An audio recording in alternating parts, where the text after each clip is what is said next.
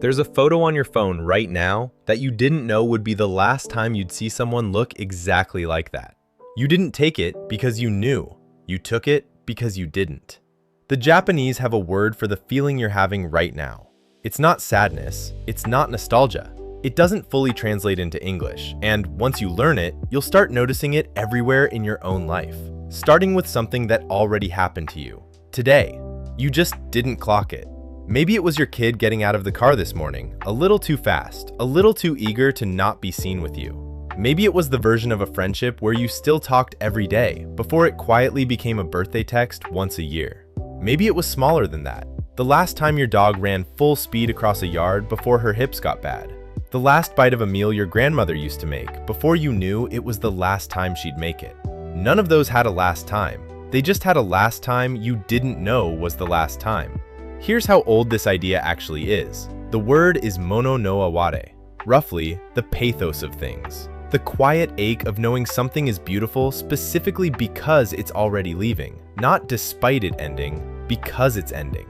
The idea shows up 1,000 years ago in Japanese court literature, most famously in a sprawling novel called The Tale of Genji, where almost nothing dramatic happens for hundreds of pages, and yet readers have been quietly wrecked by it for a millennium. It took another 800 years before a scholar named Motoori Norinaga sat down, studied that novel obsessively, and gave the feeling in it an actual name. He argued that the entire emotional core of the book, maybe of being human, wasn't joy and it wasn't grief. It was this specific ache in between, noticing. You might have already heard of a similar sounding idea, wabi-sabi, the beauty of imperfection. That's its quieter cousin, not its twin. Wabi-sabi is about how you look at an object, a cracked bowl, a weathered fence. Mono no aware is about how a moment looks at you. It's not about things that are already broken, it's about things that are still whole, right now, and won't be for much longer. For 1,000 years, Japanese poets and painters have used one image to teach this, the cherry blossom. Not because it's the prettiest flower, plenty last longer, because it lasts exactly 10 days. And everyone watching knows it while they're watching. Let me tell you about one specific spring. There's an old story, the kind nobody agrees on the exact origin of, about a man who plants a cherry tree the year his daughter is born. It's a small tree. It doesn't bloom for the first 3 years, and he starts to wonder if he bought a bad one. The 4th spring, it blooms. His daughter is 4 years old and doesn't understand why he's crying at breakfast. He decides right there that every year, the morning the first petal falls, they'll eat breakfast outside together, no matter the weather. It becomes the one appointment neither of them ever misses. There's a bad year in the middle of the story. She's 12. He gets hurt at work, bad enough that he's in a hospital bed the week the tree blooms, and for a few days he genuinely considers, when he's home again, cutting the tree down. Not out of hatred for it, out of not being able to look at something so indifferent to whether he'd live or die. He doesn't cut it down. He just misses that one spring, watching it bloom out the window instead. And something about missing it on purpose makes the next year's breakfast matter more than any before it. The year she leaves for good, the tree blooms early. He almost misses it entirely. He's outside helping her carry boxes to a car that isn't his. On the 3rd trip out, a single petal lands on the box in her hands. She notices him notice it. Neither of them says anything about it. She gets in the car. He sits under the tree by himself for the first time in 18 years. And here's the part the story insists on. Not that it hurt. Of course it hurt. The part it insists on is that for one entire minute, sitting there alone, he was more aware of how much he loved that decade than he had been on any single morning while he was actually living it.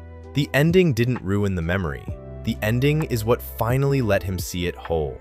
Now, you might think this is a sad video. It's not. Stay with me, because this is the part almost everyone gets backwards. We spend most of our lives trying to make good things stop ending. We photograph the sunset instead of watching it. We say we have to do this again instead of noticing we're doing it right now.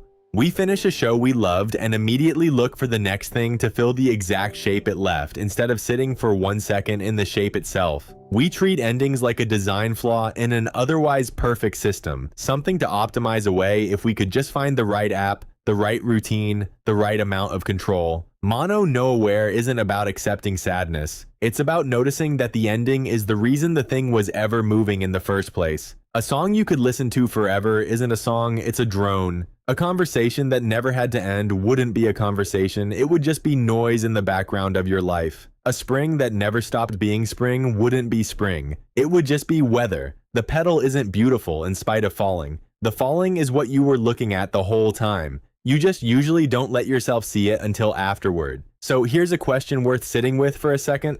What are you currently rushing past because some part of you already knows it won't last? You don't need a cherry tree to practice this. Here are 2 ways to actually do it starting this week. First, pick one ordinary thing you already know is temporary. A season of your kid's life, a job you won't have forever, a city you live in right now, a friend visiting for the weekend, a body that currently works the way you want it to.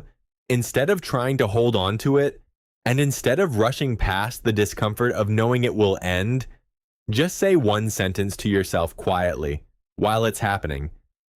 This is already leaving. That's why I'm allowed to actually look at it. Second, and this is the part people skip, build your own version of the breakfast ritual. It doesn't need to be about a tree. It can be as small as one specific meal you eat outside every year on the first genuinely warm day, or one photo you take from the exact same spot every New Year's. The story isn't really about the tree at all.